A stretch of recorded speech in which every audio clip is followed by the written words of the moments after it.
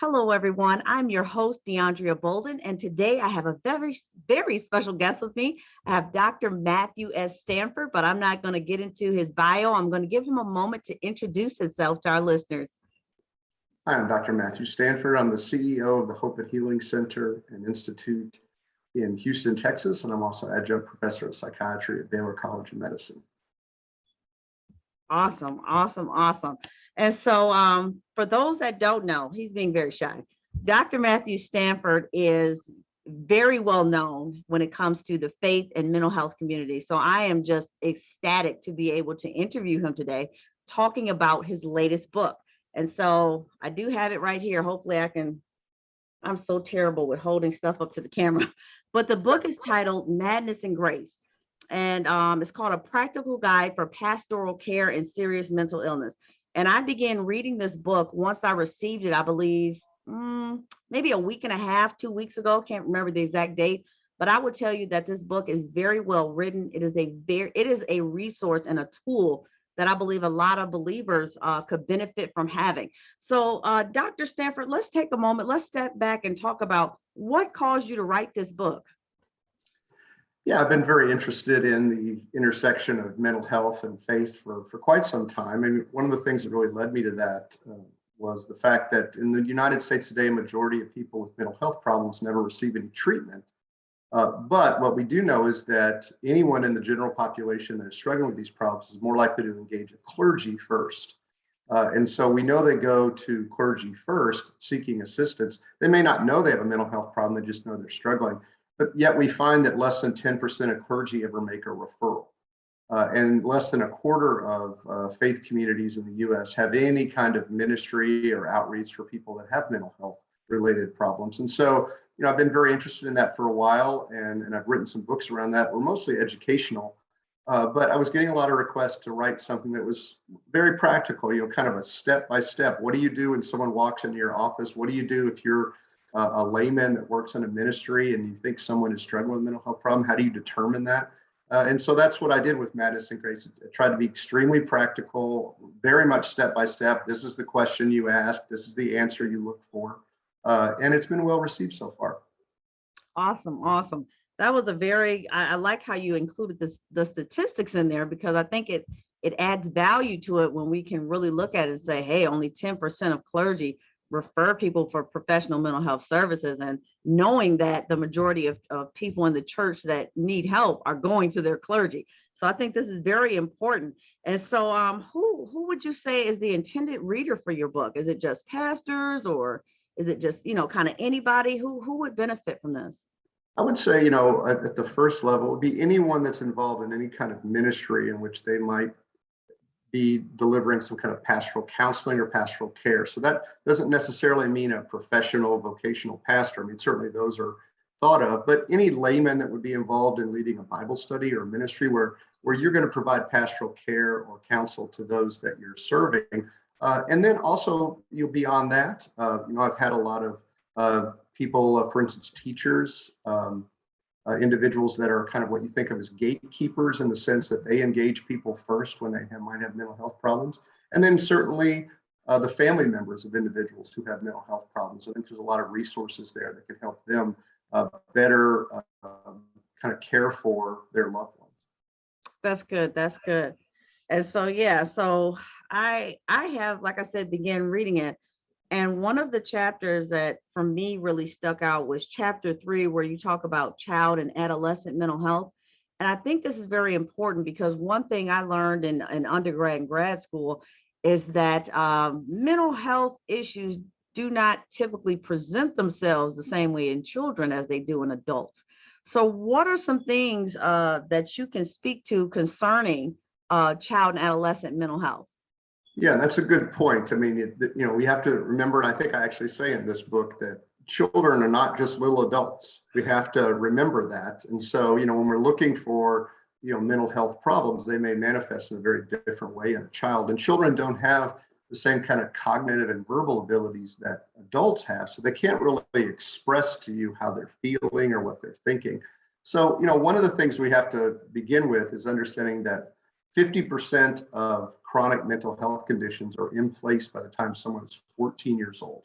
Wow. and 75% are in place by the time someone's 24 years old. And so, between 14 and 24 years old is where you will see the majority of mental health conditions manifest themselves. And so we would expect to see these in children. This isn't something where we would not expect to see that. And then, I think the other thing we have to look at is, as a parent or anyone that works with children, you have to step back and you have to ask yourself, is what you're seeing in this child different than an average child of that age and gender? So, 8-year-old boys are hyperactive and impulsive.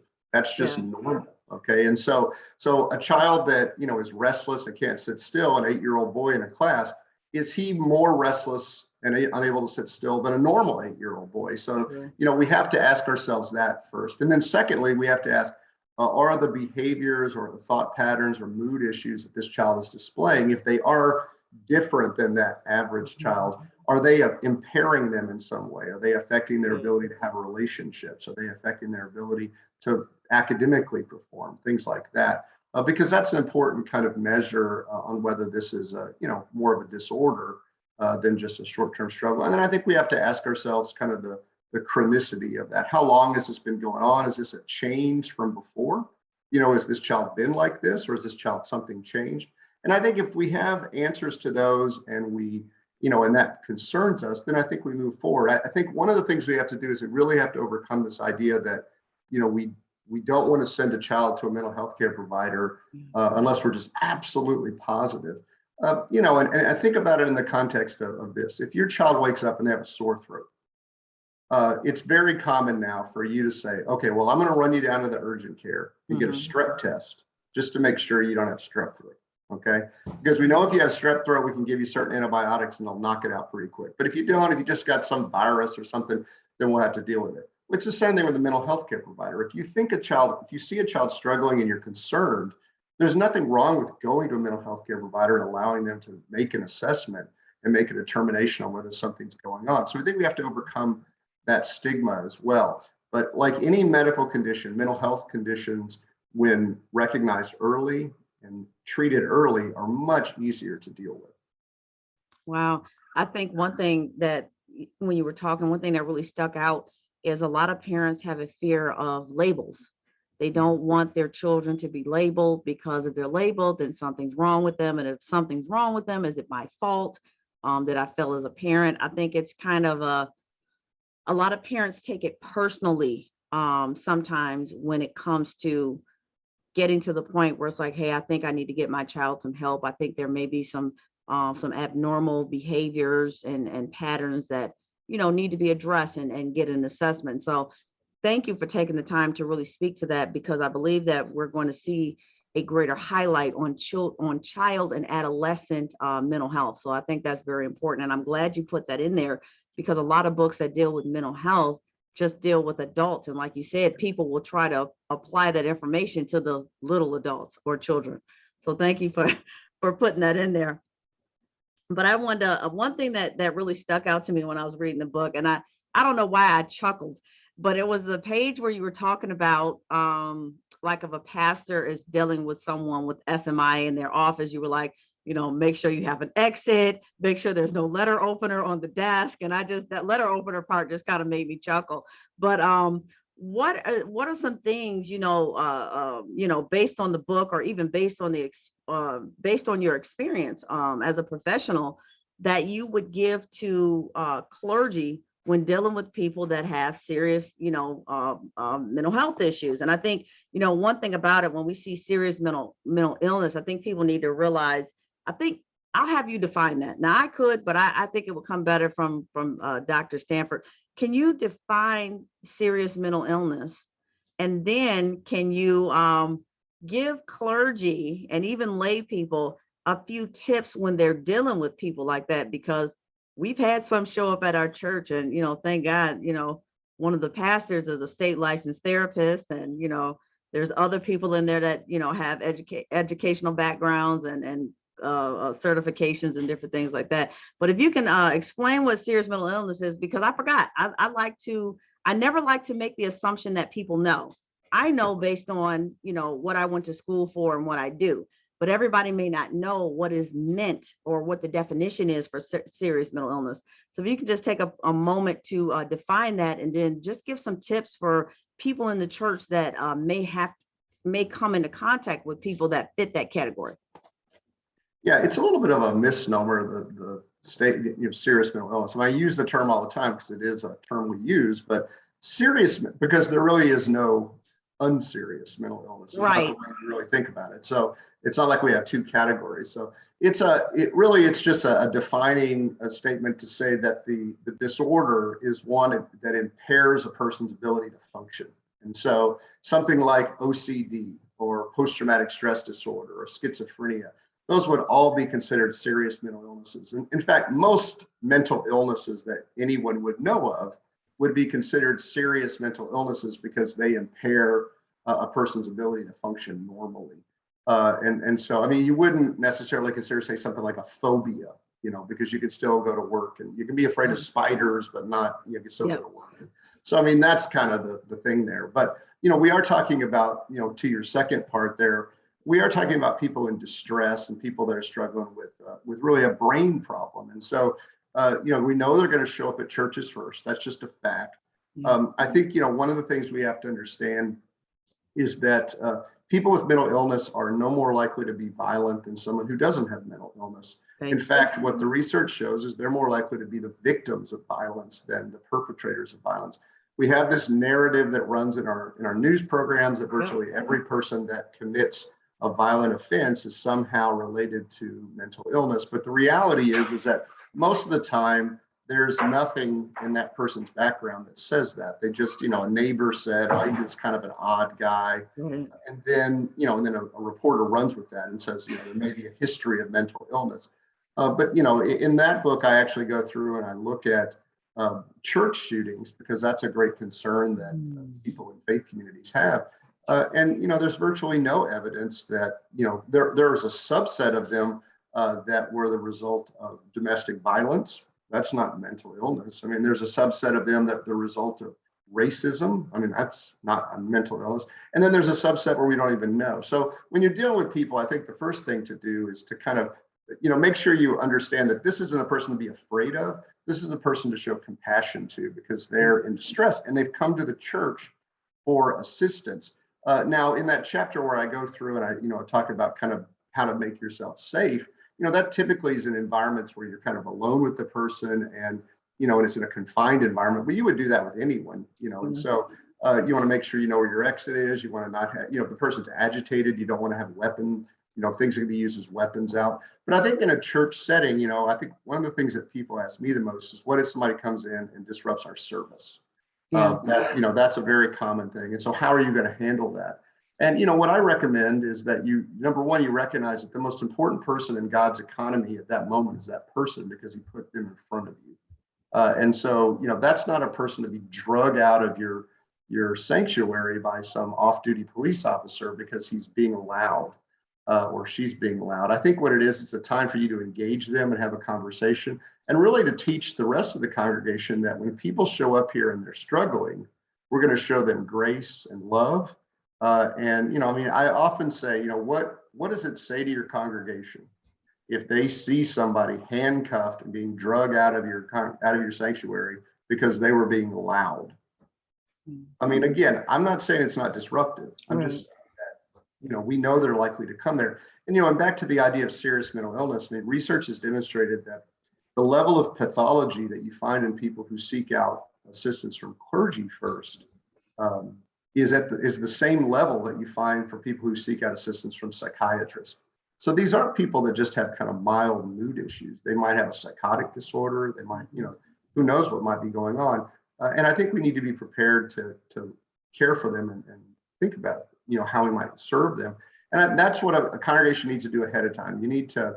Your leadership needs to sit down and say, okay, somebody shows up at the service and is disruptive. I'm not saying that they're violent. I'm not saying that they're throwing things or threatening people or they have a gun. That's something for the police to deal with. They show up and they're being loud, and it's obvious that there's a mental health issue. How are you going to handle that? You need to think about that ahead of time. Someone shows up at the front office and they're yelling at the secretary and they're obviously have a mental health problem. How are you going to handle that? So, I mean, you need to have a process in place. I think most of the time where it kind of goes awry is because churches don't really think about that ahead of time. And they don't have a process in place. They often have a process in place for like I can't tell you how many churches I know have a process in place for an active shooter.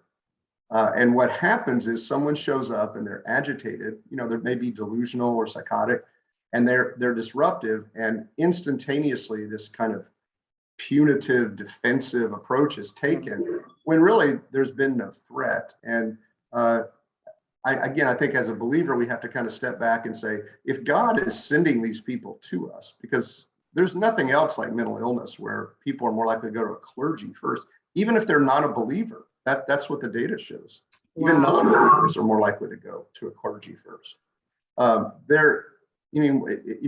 Hey, I sent you this guy and you drug him out of the sanctuary. I mean, I don't know that I want to hear that one day. So just, do your due diligence and think ahead of time what you're going to do, and start with compassion and grace. And I think everything will work out. That was good. Very well stated. Very well stated. I'm just so excited about this book because this is a very different tool. Like you said, it's very practical. And so when I was reading it, I was like, okay, this is broken down for everyday people. There's not a lot of terminology and stuff you may see, especially with your background. And so I really appreciated this. So I want you to tell people, where can they purchase this book? And also, how can people connect with you? If somebody's like, hey, how can I contact, Dr. Stanford? Let people know where they can get the book and how they can contact you. Yeah, you can get the book anywhere that books are sold, Amazon or christianbooks.com. It's published by Templeton Press. And as far as getting in touch with us, we have a website for the Hope and Healing Center, which is just hopeandhealingcenter.org. That's our main website. But we also have a website for churches and schools with all types of resources and online training on how to work with people with mental health problems, how to recognize, and that's mentalhealthgateway.org. All of our services and all of our training are free, and you can go there. And we have a whole set of resources for faith communities. We do training for faith communities and for schools. And we would be happy to help you with that. We have support staff that can help you get these things set up, but just go to mentalhealthgateway.org. Awesome, awesome, awesome. And so I hope you guys have enjoyed me and my guest, Dr. Stanford, today, talking about his new book, Madness and Grace. And so, like he said, it's available for purchase anywhere. And so I want to thank you guys for tuning in, and I hope that you will tune in with me next time. Dr. Stanford, did you have any closing remarks before we shut it down? I just would say this. I mean, again, it's a divine opportunity. If these people are more likely to show up at churches, we need to be prepared to receive them. I mean, as believers, we don't see that as a mistake or an accident. We see that as God sending the broken to us. Wow, that's awesome. That's awesome. It's a different perspective, very different perspective, even for myself, with things I've seen, over the years. But I do know that a lot of churches do try to engage them. And so I pray that we try to engage these people more and not see them as a disturbance, and see them as someone that God has sent. And so thank you so much for being my guest today. And thank you to everyone that is tuning in. God bless.